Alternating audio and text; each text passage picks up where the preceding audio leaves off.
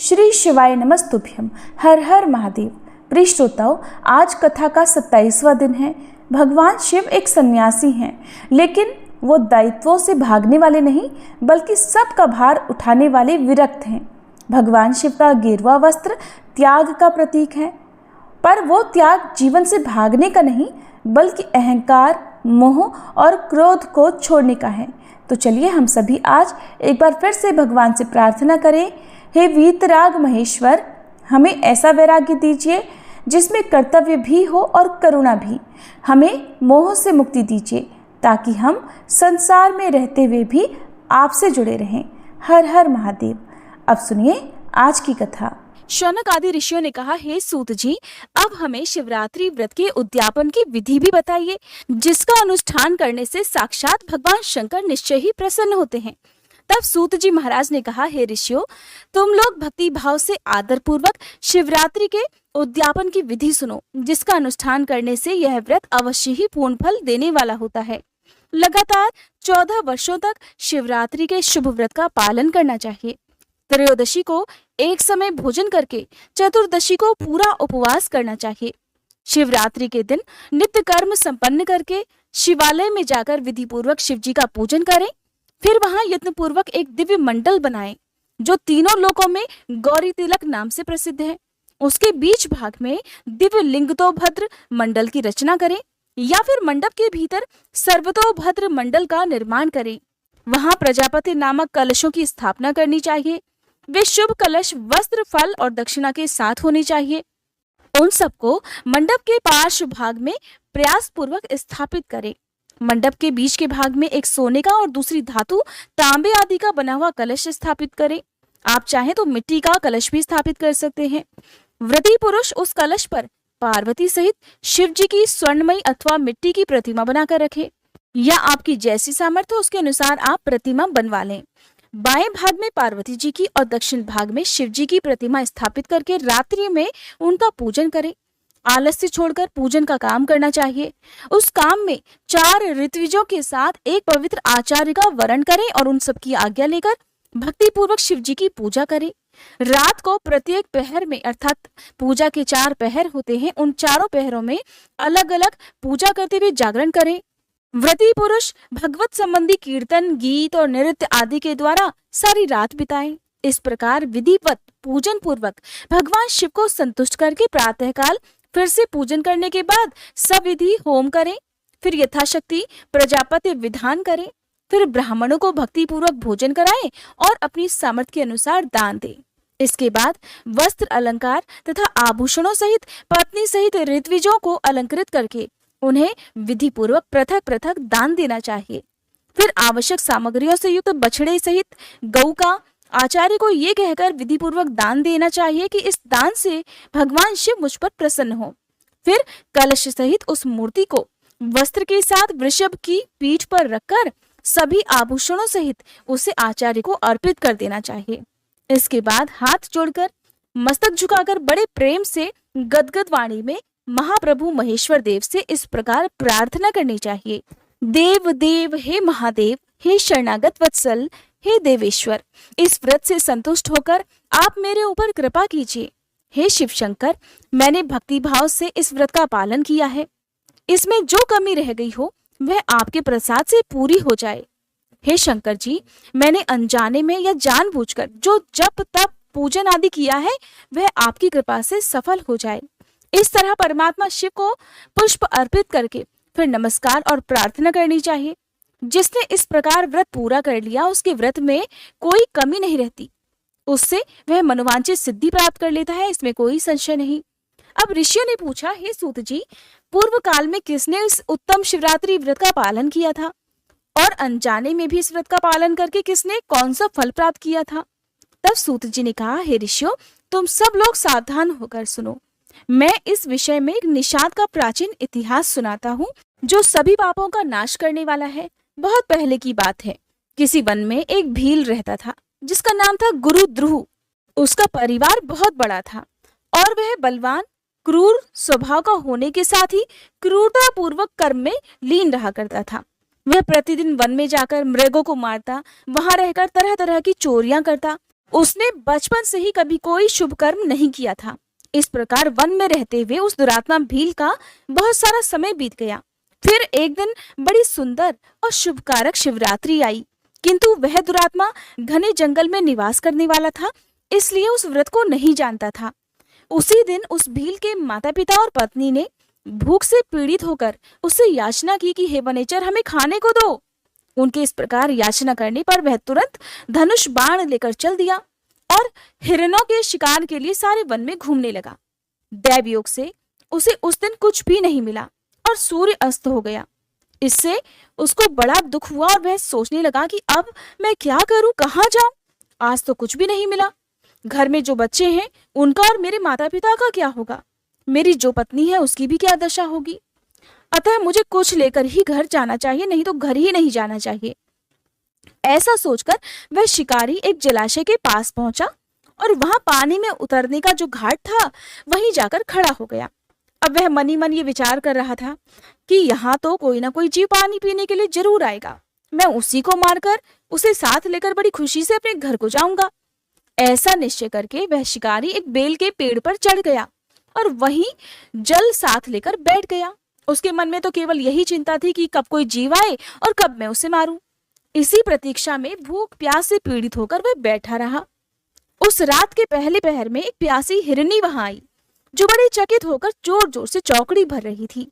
ब्राह्मणों, उस मृगी को अर्थात हिरनी को देखकर उस व्याध को अर्थात शिकारी को बड़ा हर्ष हुआ और उसने तुरंत ही उस हिरनी को मारने के लिए अपने धनुष पर बाण चढ़ा लिया। ऐसा करते हुए उसके हाथ के धक्के से थोड़ा सा जल और बिल्वपत्र नीचे गिर पड़े। उस पेड़ के नीचे शिवलिंग था। उस जल और बिल्वपत्र से शिवजी की प्रथम पहर की पूजा उससे अनजाने में ही संपन्न हो गई। उस पूजा के महात्म्य से उस व्याध का बहुत सा पाप तुरंत ही नष्ट हो गया।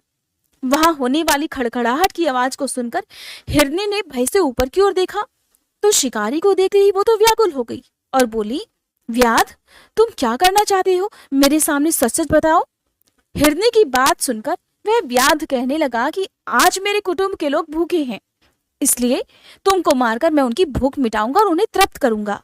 शिकारी का यह करुण वचन सुनकर, जिसे रोकना बहुत कठिन था, जो उसे मारने पर उतारू था, उस दुष्ट भील को बाण ताने देखकर वह हिरनी सोचने लगी कि अब मैं क्या करूं, कहाँ जाऊं?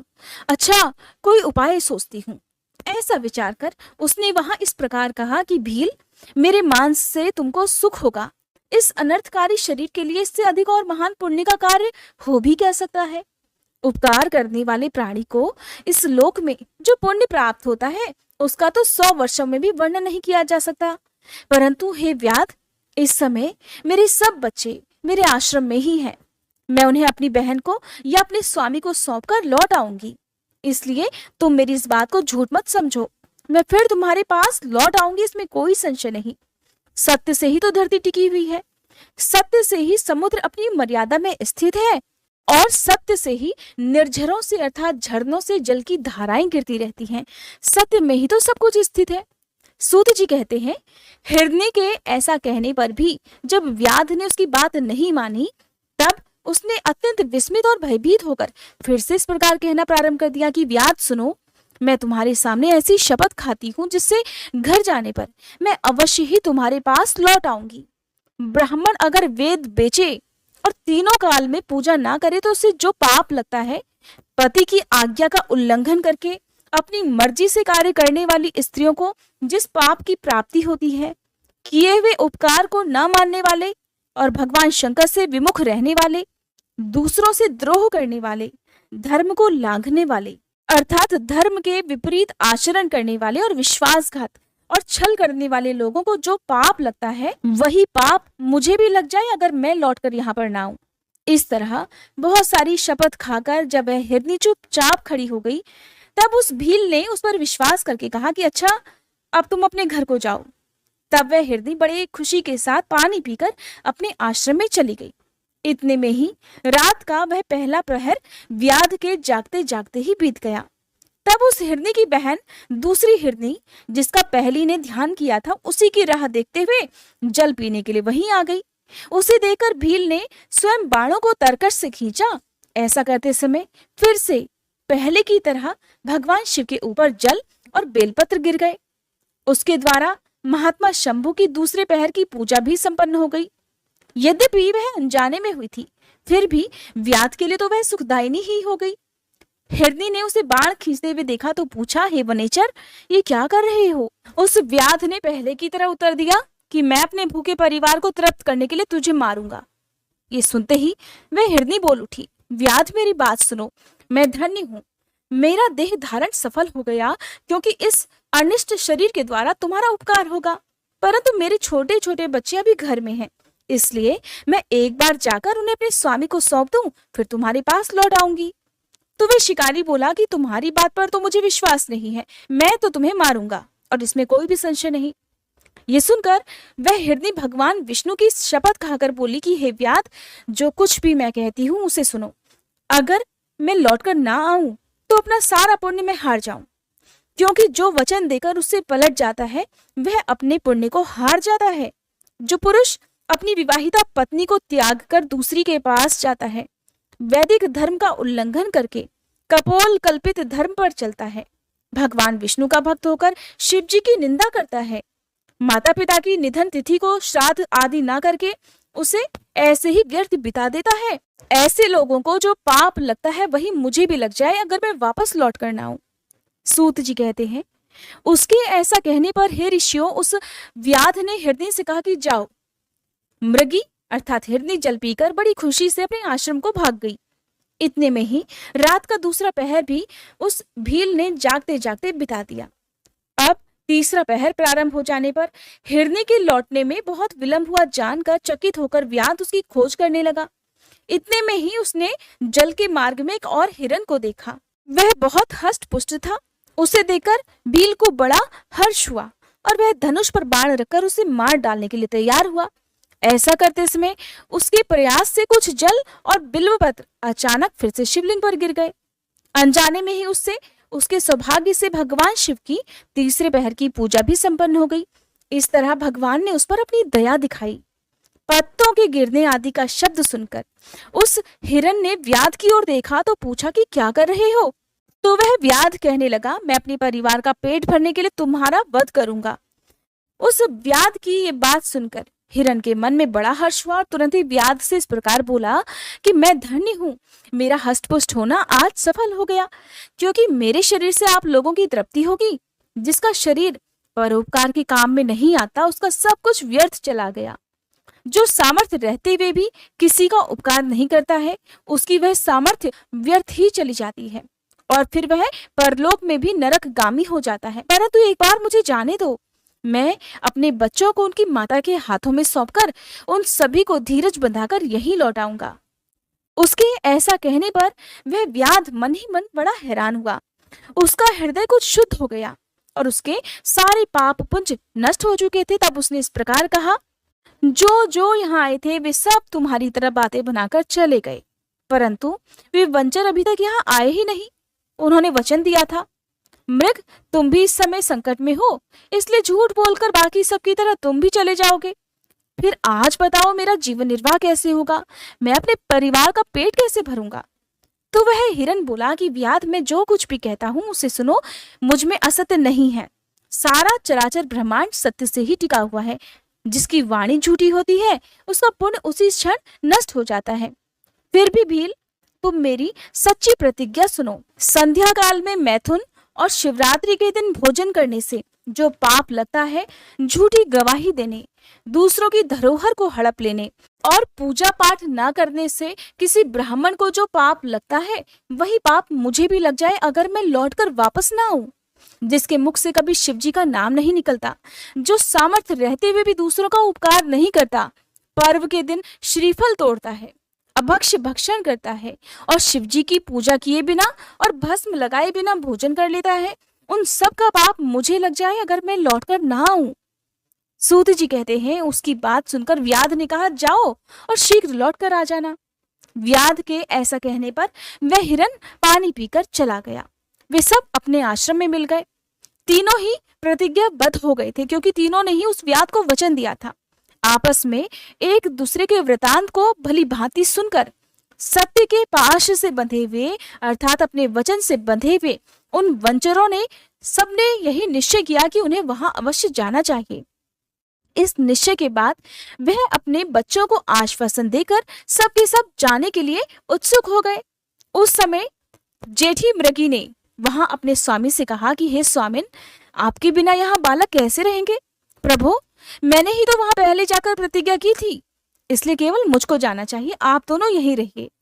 उसकी ये बात सुनकर छोटी हिरनी बोली, बहन, मैं तुम्हारी सेविका हूं, इसलिए आज मैं ही व्याध के पास जाती हूँ, तुम यहीं रहो। उन दोनों की बात सुनकर हिरन बोल उठा, मैं ही वहां जाता हूं, तुम दोनों यहाँ रहो, क्योंकि बच्चों की रक्षा तो माता ही करती है। स्वामी की ये बात सुनकर उन दोनों हिरनियों ने धर्म की दृष्टि से उसे स्वीकार ही नहीं किया। वे दोनों अपने पति से प्रेम पूर्वक बोली कि प्रभु, पति के बिना इस जीवन को धिक्कार है।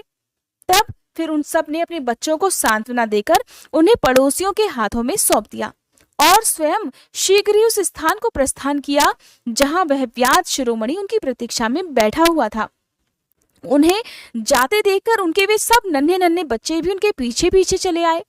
उन्होंने भी यह निश्चय कर लिया था कि इन माता पिता की जो गति होगी वही हमारी भी हो जाए। उन सबको एक साथ आया देखकर व्याध बड़ा प्रसन्न हो गया। उसने धनुष पर बाण चढ़ाया। उसी समय फिर से जल और बिल्वपत्र शिवलिंग के ऊपर गिर गए। उससे शिवलिंग की और शिवजी की चौथे पहर की शुभ पूजा भी संपन्न हो गई। उस समय व्याध का सारा पाप तत्काल भस्म हो गया। इतने में ही दोनों हिरनियां और वह हिरन बोल उठे कि हे व्याध शिरोमणि, शीघ्र ही कृपा करके हमारे शरीर को सार्थक कर दो। उनकी यह बात सुनकर व्याध को बड़ा विस्मय हुआ। शिव पूजा के प्रभाव से उसे यह दुर्लभ ज्ञान प्राप्त हो गया। उसने सोचा, ये हिरन ज्ञानहीन पशु होने पर भी धन्य है, सर्वथा आदरणीय है, क्योंकि अपने शरीर से ही परोपकार में लगे हुए हैं। मैंने इस समय मनुष्य जन्म पाकर भी किस पुरुषार्थ का साधन किया? दूसरे के शरीर को पीड़ा देकर अपने शरीर को पाला है। हर दिन अनेक प्रकार के पाप करके मैंने अपने परिवार का पालन किया है। हाय हाय, ऐसे पाप करके मेरी क्या गति होगी, या मैं किस गति को प्राप्त हो जाऊंगा? मैंने जन्म से लेकर अब तक जो भी पाप किया है उसका इस समय मुझे ध्यान हो रहा है। मेरे जीवन को धिक्कार है, धिक्कार है। इस प्रकार ज्ञान संपन्न होकर व्याध ने अपने बाण को रोक लिया और कहा, हे हिरनो, तुम जाओ, तुम्हारा जीवन धन्य है। व्याध के ऐसा कहने पर भगवान शंकर तुरंत ही प्रसन्न हो गए। उन्होंने व्याध को अपने सम्मानित और पूजित स्वरूप का दर्शन कराया और कृपा पूर्वक उसके शरीर का स्पर्श करके उससे बड़े प्रेम से कहा कि भील, मैं तुम्हारे व्रत से प्रसन्न हूं, वर मांगो। व्याध अर्थात भील भी भगवान शिव के उस रूप को देखकर तत्काल जीवन मुक्त हो गया और मैंने सब कुछ पा लिया, ऐसा कहते हुए उनके चरणों में गिर पड़ा। उसके इस भाव को देखकर भगवान शिव भी मन ही मन बड़े प्रसन्न हुए और उसे गुह नाम देकर उसे कृपा दृष्टि से देखते हुए उन्होंने उसे दिव्य वर दिए। भगवान शिव बोले, व्याध सुनो, आज से तुम श्रृंगवेरपुर में उत्तम राजधानी का आश्रय लेकर दिव्य भोगों का उपभोग करो। तुम्हारे वंश की वृद्धि निर्विघ्न रूप से होती रहेगी, देवता भी तुम्हारी प्रशंसा करेंगे। व्याध, मेरे भक्तों पर स्नेह रखने वाले भगवान श्री राम एक दिन निश्चय ही तुम्हारे घर पधारेंगे और तुम्हारे साथ मित्रता करेंगे। तुम मेरी सेवा में मन लगाकर दुर्लभ मोक्ष पा जाओगे। उसी समय वे सब मृग भगवान शंकर का दर्शन और प्रणाम करके मृग योनि से मुक्त हो गए और दिव्य देहधारी होकर विमान पर बैठकर भगवान शिव के दर्शन मात्र से ही शाप मुक्त होकर दिव्य धाम को चले गए। तब से अर्बुद पर्वत पर भगवान शिव व्याधेश्वर के नाम से प्रसिद्ध हुए, जो दर्शन और पूजन करने पर तत्काल भोग और मोक्ष प्रदान करने वाले हैं। हे महर्षियों, वह व्याध भी उस दिन से दिव्य भोगों का उपभोग करता हुआ अपनी राजधानी में रहने लगा। उसने भगवान श्री राम की कृपा पाकर शिव जी का सायुज्य प्राप्त कर लिया। अनजाने में ही इस व्रत का अनुष्ठान करने से उसको सायुज्य मोक्ष मिल गया और फिर जो भक्ति भाव से संपन्न होकर इस व्रत को करते हैं वे शिव जी का शुभ सायुज्य प्राप्त कर लें, इसके लिए तो कहना ही क्या है। संपूर्ण शास्त्रों और अनेक प्रकार के धर्मों के विषय में तरह तरह विचार करके इस शिवरात्रि व्रत को सबसे उत्तम बताया गया है। इस श्लोक में जो नाना प्रकार के व्रत, विविध तीर्थ, तरह तरह के विचित्र दान, अनेक प्रकार के यज्ञ तरह तरह के तप और बहुत से जप आदि हैं, वे सब भी इस शिवरात्रि व्रत की समानता कभी नहीं कर सकते। इसलिए अपना हित चाहने वाले मनुष्यों को इस शुभतर व्रत का अवश्य ही पालन करना चाहिए। ये शिवरात्रि व्रत दिव्य है, इससे सदा भोग और मोक्ष की प्राप्ति होती है। हे महर्षियों, ये शुभ शिवरात्रि व्रत व्रतराज के नाम से विख्यात है। इस विषय में सब बातें मैंने तुम्हें बता दी, अब और क्या सुनना चाहते हो? तब ऋषियों ने पूछा कि हे सूत जी, शिव कौन है, विष्णु कौन है, रुद्र कौन है और ब्रह्मा कौन है? इन सब में निर्गुण कौन है? कृपया आप इस संदेह का निवारण कीजिए। तो सूत जी ने उनके संदेह का निवारण करते हुए कहा कि हे महर्षियों, वेद और वेदांत के विद्वान ऐसा मानते हैं कि निर्गुण परमात्मा से सबसे पहले जो सगुण रूप से प्रकट हुआ, उसी का नाम शिव है। शिव से पुरुष सहित प्रकृति उत्पन्न हुई। उन दोनों ने मूल स्थान में स्थित जल के भीतर तप किया। वह स्थान पंचक्रोशी काशी के नाम से विख्यात है, जो भगवान शिव को अत्यंत प्रिय है। ये जल संपूर्ण विश्व में व्याप्त था। उस जल का आश्रय लेकर योग माया से युक्त श्री हरि वहां सोए। नार अर्थात जल को अयन अर्थात अपना निवास स्थान बनाने के कारण फिर वे नारायण नाम से प्रसिद्ध हो गए और प्रकृति नारायणी कहलाई। नारायण के नाभि कमल से जिनकी उत्पत्ति हुई, वे ब्रह्मा जी कहलाते हैं। ब्रह्मा जी ने तपस्या करके जिनका साक्षात्कार किया, उन्हें विष्णु कहा गया है। ब्रह्मा और विष्णु के विवाद को शांत करने के लिए निर्गुण शिव ने जो रूप प्रकट किया, उसका नाम महादेव है। उन्होंने कहा था कि मैं शंभु ब्रह्मा जी के ललाट से प्रकट होऊंगा। इस कथन के अनुसार समस्त लोगों पर अनुग्रह करने के लिए जो ब्रह्मा जी के ललाट से प्रकट हुए, उनका नाम रुद्र हुआ। इस प्रकार रूप रहित परमात्मा सबके चिंतन का विषय बनने के लिए साकार रूप में प्रकट हो गए।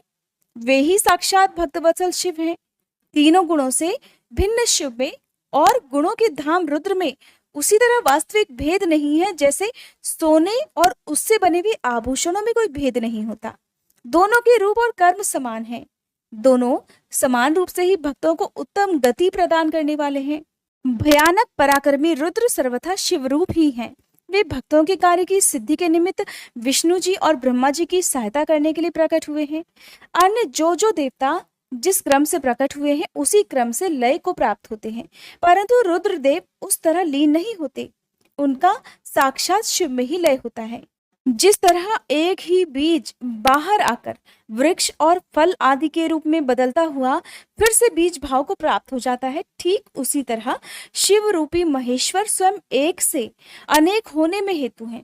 ये उत्तम शिव ज्ञान तत्वतः बताया गया है। ज्ञानवान पुरुष ही इसको जानता है, दूसरा कोई नहीं जानता। ब्राह्मणों, इस प्रकार वहां पधारे हुए ऋषियों ने परस्पर निश्चय करके जो ये ज्ञान की बात बताई है, इसे अपनी बुद्धि के द्वारा प्रयत्न पूर्वक धारण करना चाहिए। मुनीश्वरों, तुमने जो कुछ पूछा था वो सब मैंने तुम्हें बता दिया। इसे तुम्हें प्रयत्न पूर्वक गुप्त रखना चाहिए। बताओ अब और क्या सुनना चाहते हो? तब ऋषि बोले, हे व्यास शिष्य, आपको नमस्कार है, आप धन्य हैं, शिव भक्तों में श्रेष्ठ हैं। आपने हमें शिव तत्व संबंधी परम उत्तम ज्ञान का श्रवण कराया है। आपकी कृपा से अब हमारे मन की भ्रांति मिट गई। हम आपसे मोक्षदायक शिव तत्व का ज्ञान पाकर बहुत संतुष्ट हुए हैं। सूत जी महाराज कहने लगे, हे ब्राह्मणों, जो नास्तिक हो, श्रद्धाहीन हो और जो शठ हो, जो भगवान शिव का भक्त भी ना हो और इस विषय को सुनने की रुचि भी ना रखता हो, उसे इस तत्व ज्ञान का कभी उपदेश नहीं देना चाहिए। व्यास जी ने इतिहास, पुराणों, वेदों और शास्त्रों का बारंबार विचार करके उनका सार निकालकर मुझे इस प्रकार उपदेश किया है। इसका एक बार श्रवण करने मात्र से सारे पाप भस्म हो जाते हैं। अभक्त को भक्ति प्राप्त होती है और भक्त की भक्ति बढ़ती जाती है। दोबारा सुनने से उत्तम भक्ति प्राप्त होती है। तीसरी बार सुनने से मोक्ष प्राप्त होता है। इसलिए भोग और मोक्ष रूप फल की इच्छा रखने वाले भक्तों को इसका बारंबार श्रवण करना चाहिए।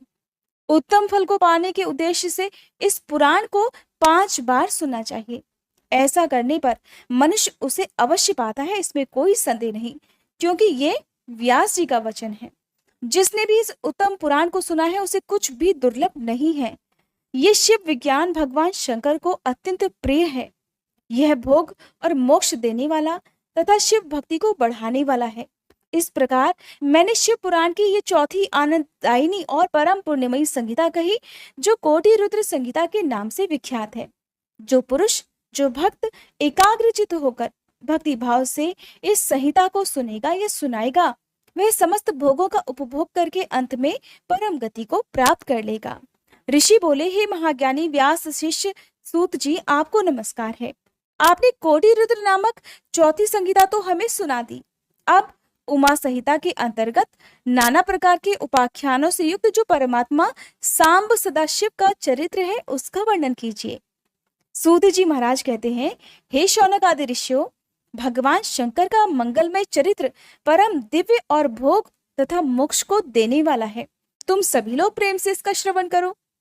पूर्व काल में मुनिवर व्यास ने सनत कुमार के सामने ऐसे ही पवित्र प्रश्न को उपस्थित किया था और इसके उत्तर में उन्होंने भगवान शिव के उत्तम चरित्र का गान किया था।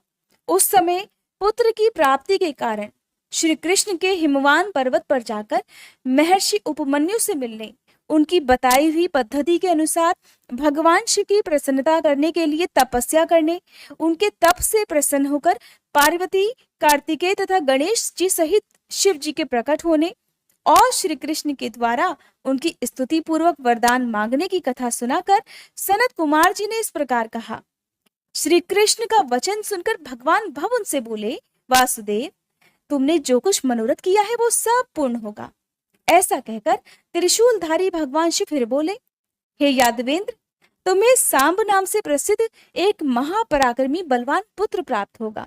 एक समय मुनियों ने भयानक संवर्तक अर्थात प्रलयंकर सूर्य को श्राप दिया था कि तुम मनुष्य योनि में उत्पन्न होगे, इसलिए वे संवर्तक सूर्य ही तुम्हारे पुत्र होंगे। इसके सिवा जो जो वस्तु तुम्हें चाहिए वह सब तुम प्राप्त करो। सनत कुमार जी कहते हैं, इस प्रकार परमेश्वर शिव से संपूर्ण वरों को प्राप्त करके श्री कृष्ण ने अनेक प्रकार की स्तुतियों द्वारा उन्हें पूर्णतः संतुष्ट किया। फिर भक्त वत्सला गिरिराज कुमारी शिवा ने प्रसन्न होकर उन तपस्वी शिवभक्त महात्मा वासुदेव से कहा। पार्वती जी बोली, परम बुद्धिमान वसुदेव नंदन श्री कृष्ण, मैं तुमसे बहुत संतुष्ट हूँ। हे अनघ, तुम मुझसे भी उन मनोवांछित वरों को ग्रहण करो जो इस भूतल पर अत्यंत दुर्लभ हैं। तब श्री कृष्ण कहने लगे, देवी, यदि आप मेरे इस सत्य तप से संतुष्ट हैं और मुझे वर दे रही हैं, तो मैं ये चाहता हूं कि ब्राह्मणों के प्रति कभी भी मेरे मन में द्वेष न हो। मैं सदा ब्राह्मणों का पूजन करता रहूं। मेरे माता पिता सदा मुझसे संतुष्ट रहें। मैं जहां कहीं भी जाऊं, समस्त प्राणियों के प्रति मेरे हृदय में अनुकूल भाव रहे। आपके दर्शन के प्रभाव से मेरी संतति उत्तम हो। मैं सैकड़ों यज्ञ करके इंद्र आदि देवताओं को तृप्त करूं। सहस्त्रों साधु सन्यासियों और अतिथियों को सदा अपने घर पर श्रद्धा से पवित्र अन्न का भोजन कराऊं। भाई बंधुओं के साथ नित्य मेरा प्रेम बना रहे और मैं सदा संतुष्ट रहूं। सनत कुमार जी कहते हैं, श्री कृष्ण का ये वचन सुनकर संपूर्ण अभीष्टों को देने वाली सनातनी देवी पार्वती विस्मित होकर उनसे बोली, वासुदेव, ऐसा ही होगा, तुम्हारा कल्याण हो। इस प्रकार श्री कृष्ण पर उत्तम कृपा करके उन्हें उन वरों को देकर पार्वती देवी तथा परमेश्वर शिव दोनों वही अंतर्ध्यान हो गए। फिर केशी हंता श्री कृष्ण ने मुनिवर उपमन्यु को प्रणाम करके उनसे वर प्राप्ति का सारा समाचार बताया। तब उन मुनि ने कहा, जनार्दन, संसार में भगवान शिव के सिवा दूसरा कौन महादानी ईश्वर है और क्रोध के समय दूसरा कौन अत्यंत दुस्सह हो उठता है। महायशस्वी गोविंद, दान, तप, शौर्य तथा स्थिरता में शिव से बढ़कर कौन है। इसलिए तुम शंभु के दिव्य ऐश्वर्य का सदा श्रवण करते रहो। फिर उपमन्यु के द्वारा शिव जी की महिमा सुनने के बाद उन मुनीश्वर को नमस्कार करके वसुदेव नंदन केशव मन ही मन शंभु का स्मरण करते हुए द्वारकापुरी को चले गए।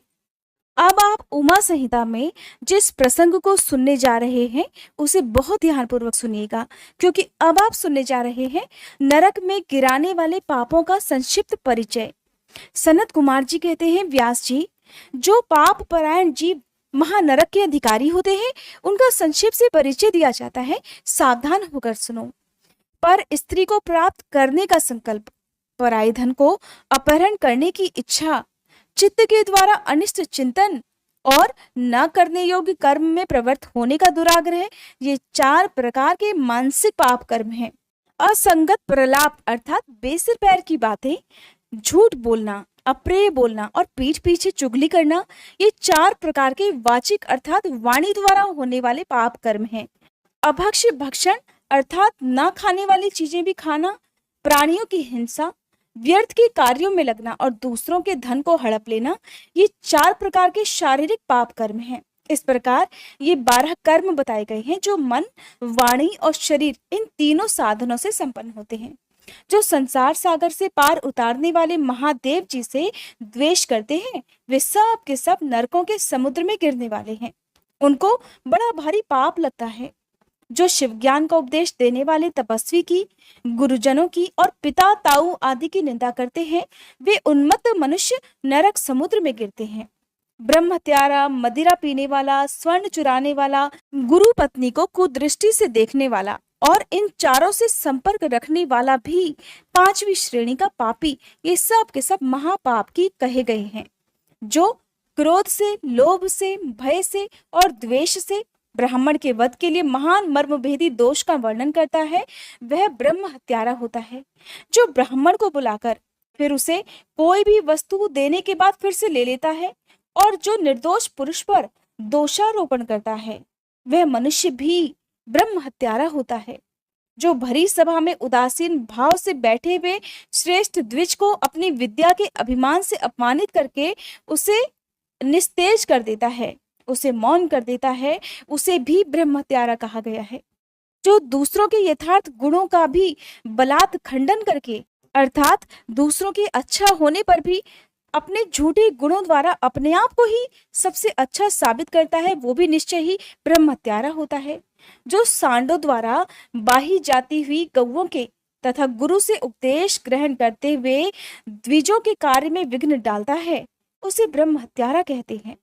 जो देवताओं, ब्राह्मणों तथा गौओं के उपयोग के लिए दी हुई भूमि को हर लेता है, उसे भी ब्रह्म हत्यारा कहा गया है।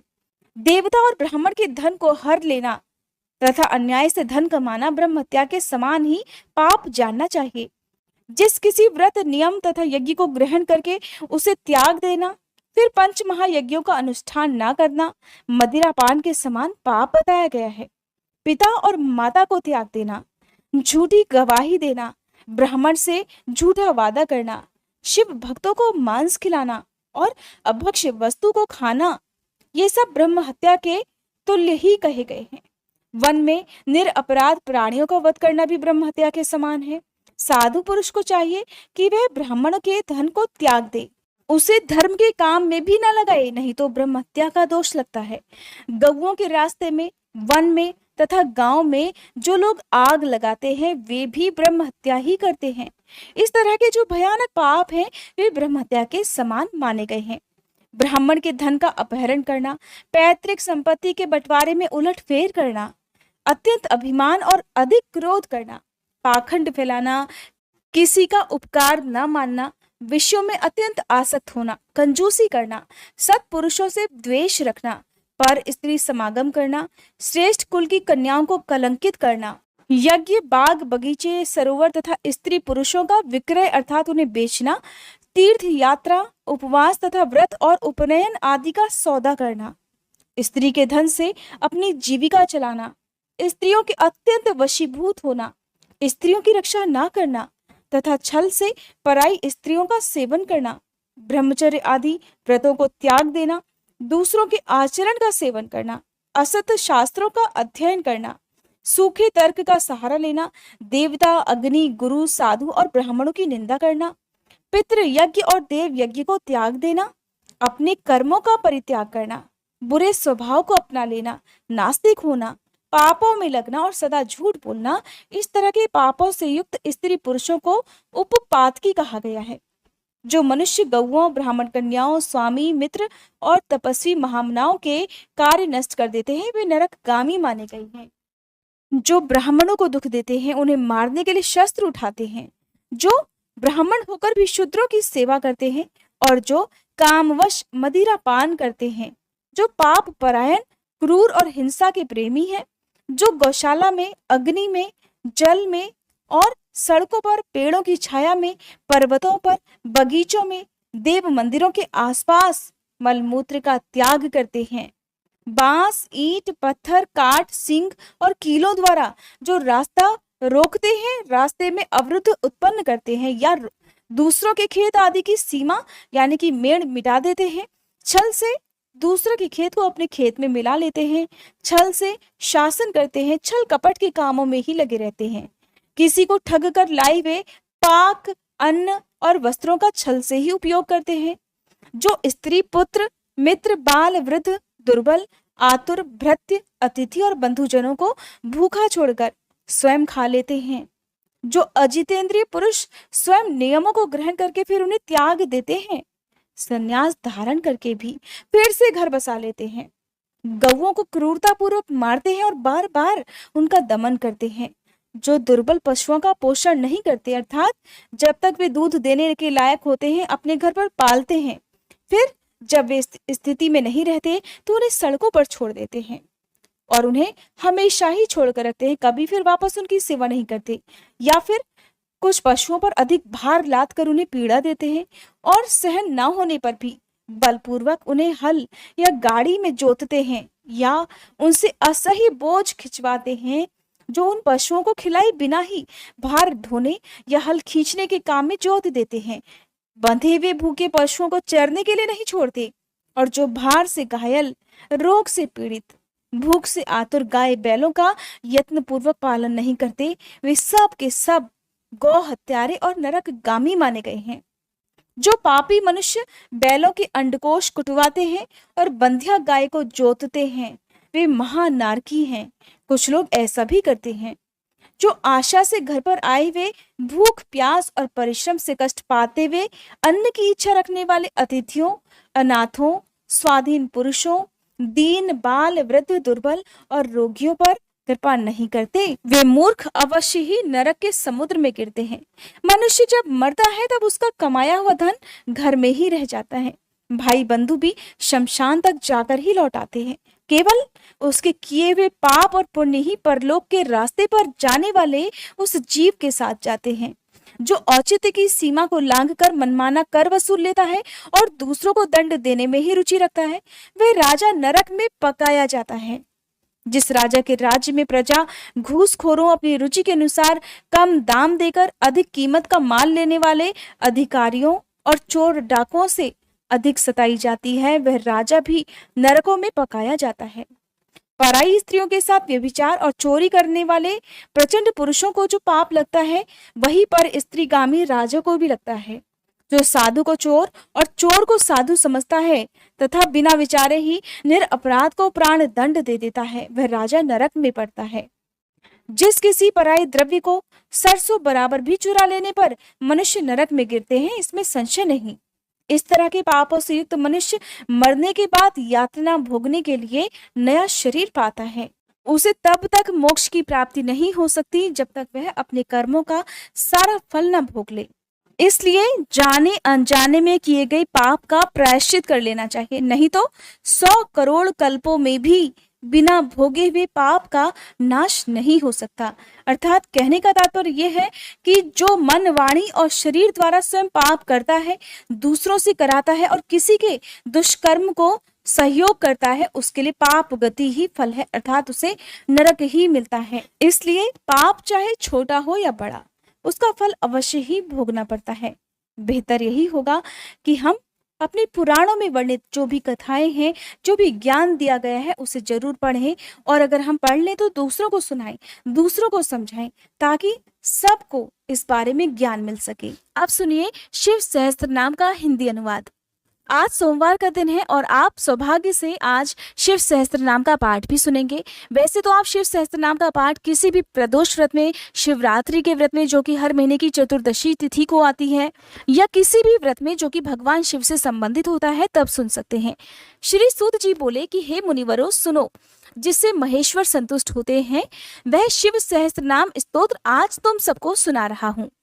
भगवान विष्णु ने कहा, शिव अर्थात कल्याण स्वरूप, हर अर्थात भक्तों के पाप ताप हर लेने वाले, सुखदाता, रुद्र अर्थात दुख दूर करने वाले, पुष्कर अर्थात आकाश स्वरूप, पुष्प लोचन अर्थात पुष्प के समान खिले हुए नेत्र वाले, अर्थिगम्य अर्थात प्रार्थियों को प्राप्त होने वाले, सदाचारः अर्थात श्रेष्ठ आचरण वाले, शर्वः अर्थात संहारकारी, शंभु अर्थात कल्याण निकेतन, महेश्वर अर्थात महान ईश्वर, चंद्रापीढ़ चंद्रमा को शिरोभूषण के रूप में धारण करने वाले, चंद्रमौली सिर पर चंद्रमा का मुकुट धारण करने वाले, विश्वम सर्वस्वरूपम विश्व का भरण पोषण करने वाले श्री विष्णु के भी ईश्वर, वेदांत के सार तत्व सच्चिदानंदमय ब्रह्म की साकार मूर्ति, हाथ में कपाल धारण करने वाले, गले में नील और शेष अंगों में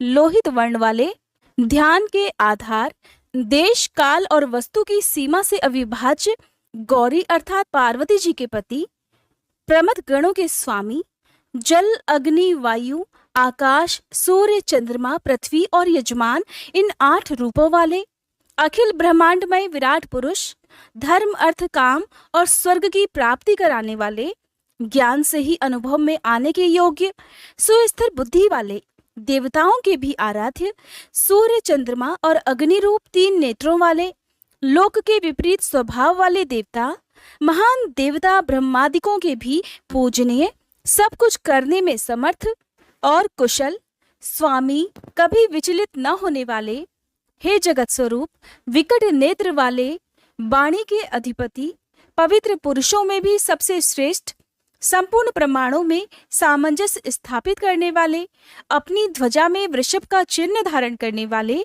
वृषभ या धर्म को वाहन बनाने वाले, स्वामी, पिनाक नामक धनुष धारण करने वाले, खाट के पाये की आकृति का एक आयुध धारण करने वाले अर्थात खड्वांगी, विचित्र वेशधारी, पुराण पुरुषोत्तम, महान योग से संपन्न, रक्षक, सृष्टिकर्ता, जटा के भार से युक्त, काल के भी काल, गजासुर के चर्म को वस्त्र के रूप में धारण करने वाले, सौभाग्यशाली, ओंकार स्वरूप अथवा प्रणव के वाच्यार्थ, बंधन रहित, अंतर्यामी आत्मा, सेवन करने योग्य, दुर्वासा नामक मुनि के रूप में अवतीर्ण, 3 मायामय असुरपुरों का दमन करने वाले, पाशुपत आदि दिव्य अस्त्र धारण करने वाले, कार्तिकेय जी के पिताजी, अपनी प्रकृष्ट महिमा में स्थित रहने वाले, कारण के भी कारण, आदि मध्य और अंत से रहित, कैलाश के अधिपति, कुबेर को अपना बंधु अर्थात मित्र मानने वाले,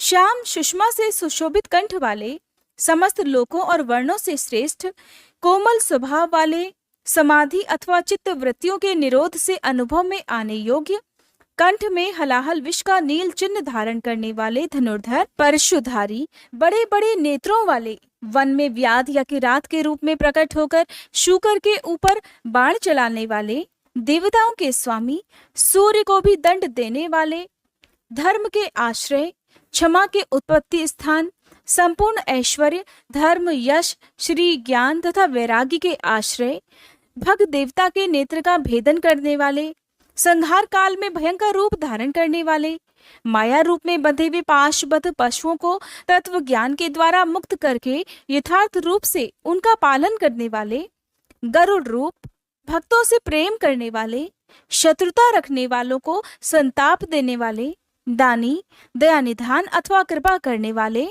कपर्दी, जटाजूटधारी, कुशल, कामदेव का दमन करने वाले, शमशानवासी, इंद्रियातीत और सर्वव्यापी, शमशान भूमि में विश्राम करने वाले, महान ईश्वर या परमेश्वर, जगत की सृष्टि करने वाले, मृग के पालक या पशुपति, विराट ब्रह्मांड की सृष्टि करने के समय महान कर्तव्य से संपन्न, भव रोग का निवारण करने के लिए महान औषधि रूप, संसार सागर से पार उतारने वाले, स्वर्ग, पृथ्वी, पशु, वाणी, किरण, इंद्रिय और जल के स्वामी, रक्षक, तत्व ज्ञान के द्वारा ज्ञान स्वरूप से ही जानने योग्य, सबसे पुराने, न्याय रूप, उत्तम नीति वाले, विशुद्ध आत्म स्वरूप, उमा सहित, चंद्रमा पर प्रेम रखने वाले, आत्मानंद से परिपूर्ण, सोमपान करने वाले अथवा सोमनाथ रूप से चंद्रमा के पालक, समाधि के द्वारा स्वरूप भूत अमृत का आस्वादन करने वाले,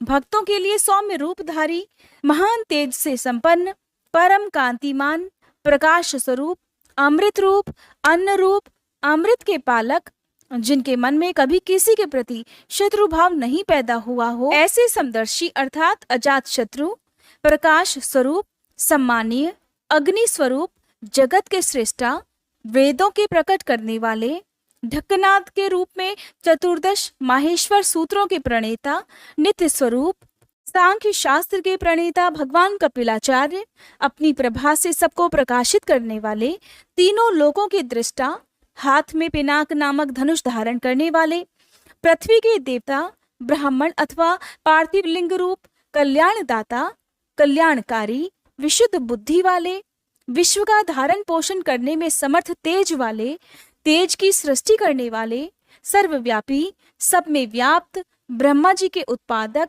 जगत के सृष्टा, सृष्टि स्वरूप, कनेर के फूल को पसंद करने वाले, त्रिकालदर्शी, कार्तिकेय के छोटे भाई शाक स्वरूप, स्कंद के छोटे भाई विशाख स्वरूप अथवा विशाख नामक ऋषि, वेद वाणी की शाखाओं का विस्तार करने वाले, मंगलमय, भव रोग का निवारण करने वाले, वैद्यों में सर्वश्रेष्ठ, गंगा के प्रवाह रूप जल को सिर पर धारण करने वाले, कल्याण स्वरूप, पूर्णतम अथवा व्यापक, ब्रह्मांड रूपी भवन के निर्माता अर्थात थवई, अचंचल अथवा स्थाणु रूप, मन को वश में रखने वाले, शरीर, मन और इंद्रियों से अपनी इच्छा के अनुसार काम लेने वाले, पंच भौतिक रथ अर्थात शरीर का संचालन करने वाले, बुद्धि रूप सारथी, रमत गणों के साथ रहने वाले, गण स्वरूप, उत्तम कीर्ति वाले, संशयों को काट देने वाले, मनुष्यों द्वारा अभिलषित समस्त कामनाओं के अधिष्ठाता, परम देव, सकाम भक्तों की कामनाओं को पूर्ण करने वाले,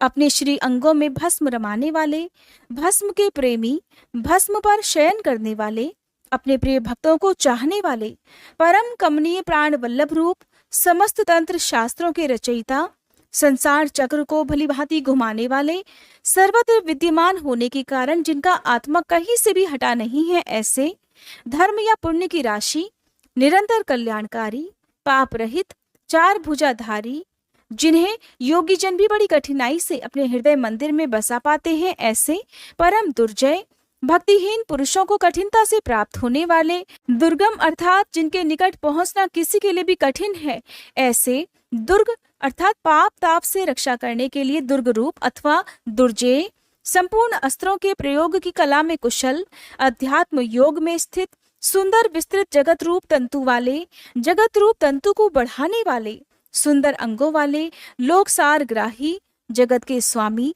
भक्त जनों की याचना के आलंबन, भस्म से शुद्धि का संपादन करने वाले, सुमेरु पर्वत के समान केंद्र रूप, तेज और बल से संपन्न, निर्मल शरीर वाला, साधन भजन से दूर रहने वाले लोगों के लिए अलभ्य, साधन भजन परायण सत्पुरुषों के लिए सुलभ, श्री राम के सेवक वानर हनुमान का रूप धारण करने वाले, अग्नि स्वरूप अथवा स्वर्णमय वीर्य वाले, पुराणों द्वारा प्रतिपादित, शत्रुओं के प्राण हर लेने वाले, परमानंद के महान सरोवर, महान आकाश रूप, सिद्धों और देवताओं द्वारा वंदित, व्याघ्र चर्म को वस्त्र के समान धारण करने वाले, सर्पों को आभूषण की तरह धारण करने वाले, त्रिकाल में भी कभी नष्ट न होने वाले महाभूत स्वरूप, सबके महान निवास स्थान, जिनकी आशा कभी विफल न हो ऐसे अमोघ संकल्प, जिनका कलेवर कभी नष्ट न हो ऐसे नित्य विग्रह, पांचजन्य नामक शंख स्वरूप, वायु स्वरूप अथवा संहारकारी, प्रकृति महतत्व अर्थात बुद्धि, अहंकार,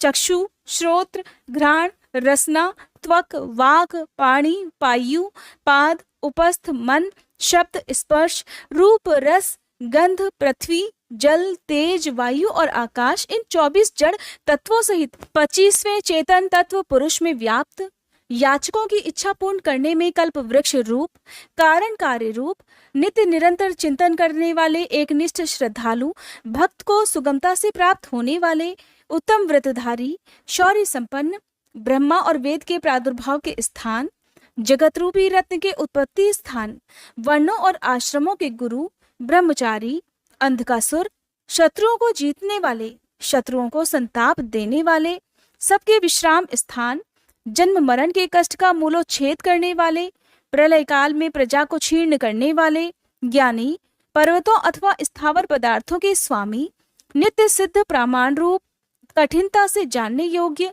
वेदमय, सुंदर पंख वाले गरुड़ रूप, अपने भय से वायु को प्रवाहित करने वाले, पिनाकधारी, धनुर्वेद के ज्ञाता, अनंत कल्याणमय गुणों की राशि, सद्गुणों की खान, सत्य स्वरूप, सत्यपरायण, दीनता से रहित उदार, धर्ममय विग्रह वाले, धर्म का अनुष्ठान करने वाले, असीमित दृष्टि वाले, परमानंदमय, दुष्टों को दंड देने वाले अथवा दंड स्वरूप, दुर्दांत दानवों का दमन करने वाले, दमन स्वरूप, प्रणाम करने योग्य, मायावियों को भी मोहने वाले महामायावी, संसार की सृष्टि करने में कुशल, पूर्णतया विरक्त, मन से विनयशील अथवा मन को वश में रखने वाले, तपस्या परायण, संपूर्ण भूतों के उत्पादक और रक्षक, पागलों के समान वेश धारण करने वाले, माया के पर्दे में छुपे हुए काम विजयी, भगवान विष्णु के प्रेमी, कल्याणकारी स्वभाव वाले, समर्थ, संपूर्ण लोकों की प्रजा के पालक,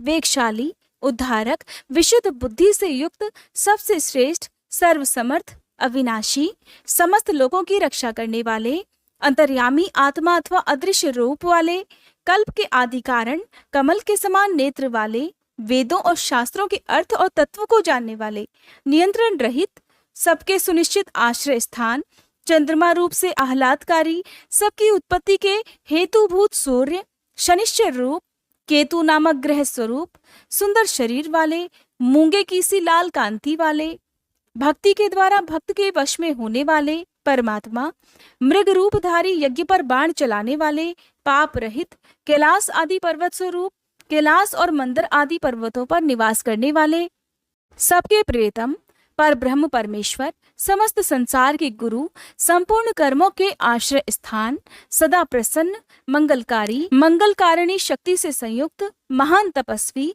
दीर्घ काल तक तप करने वाले, अत्यंत स्थूल, अति प्राचीन और अत्यंत स्थिर, दिन और संवत्सर आदि काल रूप से स्थित, अंश काल स्वरूप, व्यापकता स्वरूप, प्रत्यक्ष आदि प्रमाण स्वरूप, उत्कृष्ट तपस्या स्वरूप, संवत्सर आदि काल विभाग के उत्पादक, वेद आदि मंत्रों से प्रतीत अर्थात प्रत्यक्ष होने योग्य, सबके साक्षी, अजन्मा, सबके शासक, सिद्धियों के आश्रय, श्रेष्ठ वीर वाले, प्रमथ गणों की महती सेना से संपन्न, सुयोग्य योगी, महान तेज से संपन्न, समस्त साधनाओं के फल, सभी भूतों के आदि कारण, इंद्रियों की ग्रहण शक्ति के अविषय, सब भूतों के वास स्थान, उदार मन वाले, सत्य स्वरूप, समस्त पापों का अपहरण करने के कारण हर नाम से प्रसिद्ध, उत्तम कीर्ति से सुशोभित होने वाले, विभूति स्वरूपा उमा से संपन्न, वेद रूप अंगों वाले, वेदों का विचार करने वाले मननशील मुनि, एक रस प्रकाश स्वरूप, ज्ञानियों द्वारा भोगने योग्य अमृत स्वरूप, पुरुष रूप से उपभोग करने वाले, भगवान विश्वनाथ, अजितेंद्रिय पुरुषों द्वारा जिनकी आराधना अत्यंत कठिन है, ऐसे सनातन अमृत स्वरूप, शांतिमय, हाथ में बाण धारण करने वाले प्रतापी वीर, कमंडलू धारण करने वाले, पिनाकधारी, मन और वाणी के अविषय, इंद्रियातीत और महामायावी, सबके वास स्थान, चारों पुरुषार्थों की सिद्धि के एकमात्र मार्ग, प्रलय के समय सबको काल से संयुक्त करने वाले, गंभीर शब्द करने वाले अथवा अनाहत नाद रूप, महान उत्साह और बल से संपन्न, श्रेष्ठ बुद्धि वाले, अनंत पराक्रमी, भूतगणों के साथ विचरने वाले, त्रिपुर संहारक, रात्रि में विचरण करने वाले, प्रेतों के साथ भ्रमण करने वाले, अनंत शक्ति और श्रेष्ठ कांति से संपन्न, अनिर्वचनीय स्वरूप वाले, ऐश्वर्यवान, सबके लिए अविचार्य मनोगति वाले, बहु के अथवा सर्वज्ञ, बड़ी से बड़ी माया भी जिन पर प्रभाव नहीं डाल सकती, ऐसे मन को वश में रखने वाले, ध्रुव अर्थात नित्य कारण और अध्रुव अर्थात अनित्य कार्य रूप, ओज अर्थात प्राण और बल, तेज अर्थात शौर्य आदि गुण तथा ज्ञान की दीप्ति को धारण करने वाले, सबके उत्पादक, सबके शासक, नृत्य के प्रेमी, प्रतिदिन तांडव नृत्य करने वाले, प्रकाश स्वरूप, सूर्य आदि को भी प्रकाश देने वाले, ओंकार रूप स्पष्ट अक्षर वाले, ज्ञानवान, ऋक, साम और यजुर्वेद के मंत्र स्वरूप, सबके प्रति समान भाव रखने वाले, संसार सागर से पार होने के लिए नौका रूप, युगादि का आरंभ करने वाले तथा चारों युगों को चक्र की तरह घुमाने वाले, गांभीर्य से युक्त, नंदी नामक वृषभ पर सवार होने वाले, परमानंद स्वरूप होने से सर्वप्रिय, संपूर्ण विशेषणों से रहित, शिष्ट पुरुषों के इष्ट देव, अनन्य चित्त से निरंतर स्मरण करने वाले भक्तों के लिए सुगमता से प्राप्त होने योग्य, सार तत्व की खोज करने वाले, तीर्थ स्वरूप, तीर्थ नामधारी अथवा जिनका नाम भवसागर से पार लगाने वाला है, ऐसे तीर्थ सेवन से अपने स्वरूप का दर्शन कराने वाले अथवा गुरु कृपा से प्रत्यक्ष होने वाले, चरणोदक स्वरूप तीर्थ को देने वाले, जल के निधान समुद्र रूप, उपादान कारण रूप से सब भूतों के आश्रय अथवा जगत रूप प्रपंच के अधिष्ठान, जिनको जीतना कठिन है, ऐसे विजय के अवसर को समझने वाले, अपनी महिमा में स्थित प्रमाणों के ज्ञाता, स्वर्णमय कवच धारण करने वाले श्री हरि स्वरूप, संसार बंधन से सदा के लिए छुड़ा देने वाले, देव समुदाय रूप, संपूर्ण विद्याओं के स्वामी, बिंदु रूप प्रणव के आश्रय, बालक का रूप धारण करने वाले, बल से उन्मत्त न होने वाले, विकार रहित, दुर्बोध स्वरूप या अगम्य, माया से अपने यथार्थ स्वरूप को छिपाए रखने वाले, संसार की उत्पत्ति के सबसे बड़े साधन, जगत के उपादान और निमित्त के कारण, सबके रचयिता, संपूर्ण बंधनों से छुड़ाने वाले, निश्चयात्मक ज्ञान स्वरूप, संपूर्ण जगत की व्यवस्था करने वाले, ध्रुवादि भक्तों को अविचल स्थिति प्रदान करने वाले, हिरण्य गर्भ रूप से जगत के आदि में प्रकट होने वाले, श्रेष्ठ वस्तु प्रदान करने वाले अथवा जिज्ञासुओं को गुरु की प्राप्ति कराने वाले, सुंदर स्वरूप वाले, भेद रहित, सत स्वरूप आत्मा में प्रतिष्ठित, वीर शिरोमणि, वीरभद्र नामक गणाध्यक्ष, वीरासन से बैठने वाले, अखिल ब्रह्मांड स्वरूप, वीरों में श्रेष्ठ, विद्वान, विज्ञान आनंद स्वरूप, मस्तक पर गंगा जी को धारण करने वाले नदीधर, आज्ञा का पालन करने वाले, त्रिशूलधारी, तेजोमय किरणों से व्याप्त, भगवती शिवा के आश्रय, वालखिल्य ऋषि रूप, महान धनुर्धर, सूर्य रूप, लौकिक विषयों की चर्चा न सुनने वाले, आकाशचारी, परम सुंदर, सबके लिए सुंदर आश्रय रूप, ब्राह्मणों के परम हितैषी, अमृत कलश के रक्षक, कुशिक वंशी इंद्र स्वरूप, प्रकाश किरणों से युक्त, समस्त प्राणियों के लय के स्थान, समस्त कामनाओं को सिद्ध करने वाले, ललाट में तीसरा नेत्र धारण करने वाले, जगत स्वरूप, सार तत्व स्वरूप, संसार चक्र को धारण करने वाले, जिनका दंड कभी व्यर्थ नहीं जाता है, ऐसे उदासीन, सुवर्ण अथवा तेज स्वरूप, ब्रह्म तेज से संपन्न, मोक्ष रूप उत्कृष्ट अर्थ की प्राप्ति कराने वाले, महामायावी, कल्याणप्रद, व्याघ्र के समान भयानक नेत्रों वाले, दीप्त रूप, ब्रह्म स्वरूप, सर्वलोक में बंधु के समान सुखद, वाणी के अधिपति, दिन के स्वामी सूर्य रूप, समस्त रसों का शोषण करने वाले, विविध प्रकार से प्रकाश फैलाने वाले, स्वामी कार्तिकेय रूप, सब पर शासन करने वाले सूर्य कुमार यम, अष्टांग योग स्वरूप तथा ऊर्ध्वलोक में फैली हुई कीर्ति से युक्त, भक्त जनों पर प्रेम रखने वाले, दूसरों पर विजय पाने वाले, कैलाश के स्वामी, कमनी अथवा कांतिमान, समस्त जगत को उत्पन्न करने वाले, सूर्य रूप नेत्र वाले, विद्वानों में सर्वश्रेष्ठ, परम विद्वान, सभी प्रकार के भय से रहित, जगत का भरण पोषण करने वाले, जिन्हें कोई रोक नहीं सकता, ऐसे सत्य स्वरूप, सुनिश्चित रूप से कल्याणकारी, जिनके नाम, गुण, महिमा और स्वरूप के श्रवण तथा कीर्तन परम पावन है, ऐसे सर्वव्यापी होने के कारण दूर की बात भी सुन लेने वाले, भक्त जनों के सभी अपराधों को कृपा पूर्वक सह लेने वाले, ध्यान करने योग्य, चिंतन करने मात्र से बुरे स्वप्न का नाश करने वाले, संसार सागर से पार उतारने वाले, पापों का नाश करने वाले, जानने के योग्य, जिनके वेग को सहन करना दूसरों के लिए अत्यंत कठिन है, ऐसे संसार बंधन से रहित अथवा अजन्मा, जिनका कोई आदि नहीं है, ऐसे सबके कारण स्वरूप, भूरलोक और भुवरलोक की शोभा, मुकुटधारी, देवताओं के स्वामी, जगत के रक्षक, संसार की सृष्टि करने वाले, श्रेष्ठ वीर, सुंदर बाजूबंद धारण करने वाले, प्राणी मात्र को जन्म देने वाले, जन्म लेने वालों के जन्म के मूल कारण, सदा नीति परायण, सबके स्वामी, मन और इंद्रियों को अत्यंत वश में रखने वाले अथवा वशिष्ठ ऋषि रूप, दृष्टा अथवा कश्यप मुनि रूप, प्रकाशमान अथवा सूर्य रूप, दुष्टों को भय देने वाले, अतिशय भयदायक, पराक्रम से युक्त, ओंकार स्वरूप, सत्पुरुषों के मार्ग पर चलने वाले, अन्नमय आदि पांचों कोशों को अपने भीतर धारण करने के कारण महाकोश रूप, अपरिमित ऐश्वर्य वाले अथवा कुबेर को भी धन देने के कारण महाधनवान, जन्म रूपी कार्य के अध्यक्ष ब्रह्मा, सर्वोत्कृष्ट देवता, समस्त शास्त्रों के पारंगत विद्वान, यथार्थ तत्व रूप, यथार्थ तत्व को पूर्णतया जानने वाले, अद्वितीय आत्म रूप, सर्वत्र व्यापक, संपूर्ण जगत को उत्तम गुणों से विभूषित करने वाले, मंत्र दृष्टा, ब्रह्मवेत्ता, ऐश्वर्य, जन्म, मृत्यु और जरा से अतीत, पंच महायज्ञों की उत्पत्ति के हेतु विश्वनाथ, निर्मल अभ्युदय की प्राप्ति कराने वाले धर्म रूप,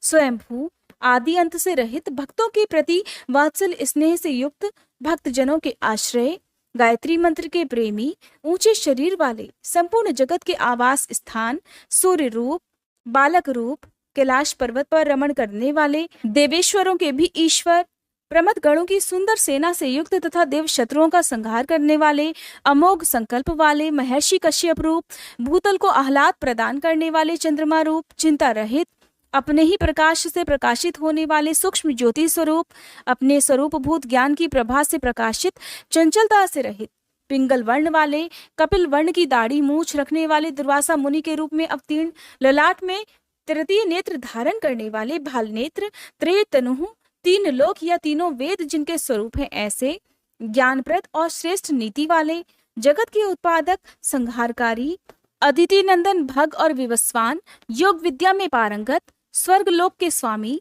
कल्याणकारी गुण और नाम वाले, पाप नाशक, पुण्यजनक दर्शन वाले अथवा पुण्य से ही जिनका दर्शन होता है ऐसे, उत्तम कीर्ति वाले, उद्योगशील, श्रेष्ठ योगी, सद सत्व रूप, नक्षत्र की माला से अलंकृत, आकाश रूप, स्वर्ग के स्वामी, स्वाधिष्ठान चक्र के आश्रय, नित्य शुद्ध और पाप नाशक, मणिपुर नामक चक्र स्वरूप, आकाशचारी, हृदय कमल में स्थित, इंद्र रूप, शांत स्वरूप, हरिहर, हलाहल विष की गर्मी से उष्णता युक्त, समस्त ब्रह्मांड रूपी ग्रह के स्वामी, सच्चिदानंद स्वरूप, सामर्थ्यशाली, अनर्थ का नाश करने वाले, अधर्म नाशक, बुद्धि की पहुंच से परे अथवा जानने में न आने वाले, बहुत से नामों द्वारा पुकारे और सुने जाने वाले, ब्रह्मा जिनके गर्भस्थ शिशु के समान है ऐसे, विश्व ब्रह्मांड प्रलय काल में जिनके गर्भ में रहता है ऐसे, धर्म रूपी वृषभ को उत्पन्न करने के लिए धेनु स्वरूप, धन की प्राप्ति कराने वाले, समस्त संसार का हित चाहने वाले, उत्तम ज्ञान से संपन्न अथवा बुद्ध स्वरूप, कार्तिकेय रूप, कल्याणदाता, सुवर्ण के समान गौरवर्ण वाले तथा तेजस्वी, नाना प्रकार के भूतों के साथ क्रीड़ा करने वाले, नाद स्वरूप, आसक्ति शून्य, नेत्रों में दृष्टा रूप से विद्यमान, संपूर्ण जगत के प्रति मैत्री भावना रखने वाले मुनि स्वरूप, धन के स्वामी कुबेर, ज्योति स्वरूप ब्रह्म, सुवर्ण और रत्नों के तेज से प्रकाशित अथवा वसुधा स्वरूप, सूर्य आदि ज्योतियों के प्रकाशक, सर्वोत्तम महाज्योति स्वरूप, मातृकाओं के जन्मदाता होने के कारण मातामह, आकाश में विचरने वाले वायुदेव, सर्पमय हार धारण करने वाले, पुलत्स नामक मुनि, पुलह नामक ऋषि, कुंभ जन्मा अगस्त ऋषि, इसी नाम से प्रसिद्ध मुनि अर्थात जातुकर्ण्य, शक्ति के पुत्र तथा व्यास जी के पिता मुनिवर पराशर, आवरण शून्य तथा अवरोध रहित, ब्रह्मा जी के पुत्र नील लोहित रुद्र, विस्तृत यश वाले विष्णु स्वरूप, स्वयंभू ब्रह्मा, अकुंठित गति वाले, अत्रि नामक ऋषि अथवा त्रिगुणातीत, ज्ञान स्वरूप, महायशस्वी, विश्वविख्यात वीरों में अग्रगण्य, शूरवीर, प्रलय के समय अत्यंत क्रोध करने वाले, सच्चे पराक्रमी, सर्पों के आभूषण से श्रृंगार करने वाले, व्यालाकल्प, महाकल्प संज्ञक, काल स्वरूप वाले, शरणागतों की इच्छा पूर्ण करने के लिए कल्प वृक्ष के समान, कलाधरः अर्थात चंद्र कलाधारी, अलंकार धारण करने या